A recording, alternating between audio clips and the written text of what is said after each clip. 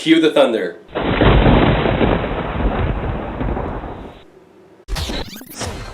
Chicle!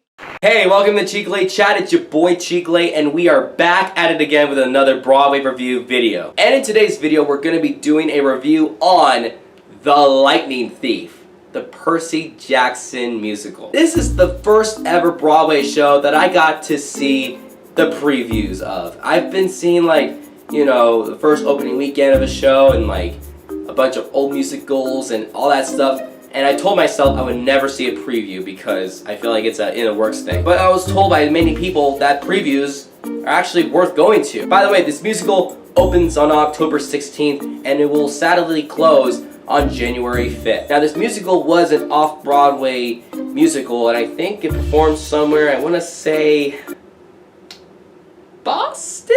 Before we go further and talk about The Lightning Thief, make sure you guys hit the like button, the subscribe button, and that notification bell. And if you saw the previews of The Lightning Thief at the Longer Theater, make sure you guys let me know what you thought about the show down in the comments below. Also, yesterday I did a video on the review of Mean Girls on Mean Girls Day, and if you guys want to check that out, there's a card right there. Check out the video. With that being said, guys, let's go. It's pretty much about a boy named Percy Jackson who discovers that he is half god, half mortal. His father is the god of the sea, Poseidon. He goes on this adventure to Camp Half-Blood because, he's endangered, and his mother tries to explain to him about the truth about his personal life and about his father. A Minotaur comes by, kills her. Then he ends up at Camp Half-Blood, where his friend Grover has been discovered as a centaur, and he's like, what is happening? And then he gets trained at Camp Half-Blood. Then he is off on a quest with a couple other demigods to prevent a war from happening because of this whole issue of a missing lightning bolt of Zeus's that has been stolen. But anyway, that's pretty much the plot of the story. Now, let's talk about the cast, starting off with Mr. Percy Jackson himself, Mr. Chris McCarroll. I thought he was fantastic. I love him better than the actor in the movie Percy Jackson. I just love the way how he portrays the character. And can I just say, that dude is such a really solid tenor. He's so good. Then we also have Jorel Javier, who plays Grover. For some reason, this guy reminds me of Michael from Be More Chill, but with furry pants. That's it. That's pretty much it. This is the comic relief. Then our other main lead, Annabeth, is played by Christine Stokes. I thought she did a fantastic job with her performance. Playing Annabeth, I feel like you have to be very determined. You have to be very tough. And you have to have a purpose. And you just have to work hard. Even though that she tries to please her mother, who's the god of wisdom, I'd say that Annabeth was one of my favorite characters because of her drive, her motivation, and she just is reliable, and she's really strong, and she's just a really great character. And then we have 4 more cast members, and that's pretty much the ensemble / characters that play multiple characters, and they dress up in so many different costumes that you assume it's a cast of 20 when it's a cast of 7. I'm not going to talk about them individually, but I will say that the fact that each character is dressed up in a different costume, like one guy was the god of the god of war, Ares, Hades, and the mother, a Minotaur, Medusa, and another half-blood, who I completely forgot her name. I'm going to assume it's Sally. No, it's Clarice. Clarice, right?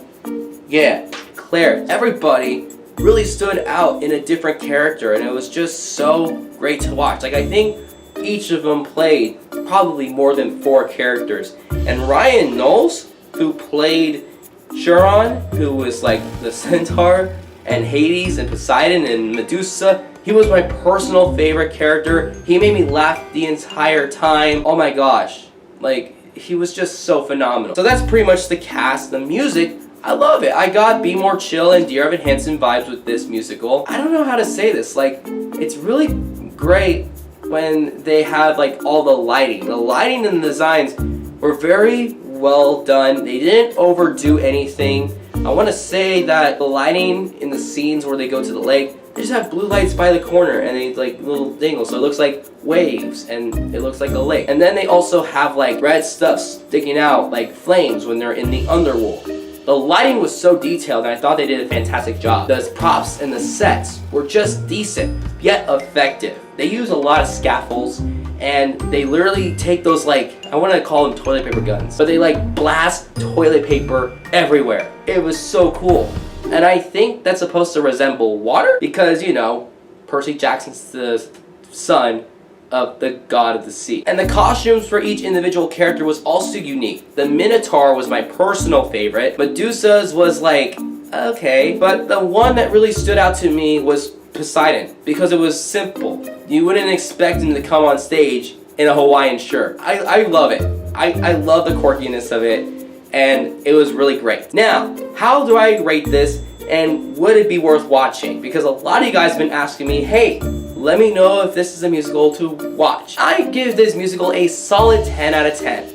I thought they did a fantastic job with this. Now, who should watch this? Everybody. I think that they picked a really good time to set this musical up during the fall and the winter because that's like holiday season, and you know, I feel like this would be a family show, and it's also a show for people who are fans of the Percy Jackson series. Like, people that came to see the show were wearing Camp Half-Blood shirts on, and you know, people were just like wearing Percy Jackson jackets. But yeah, this is a really great musical.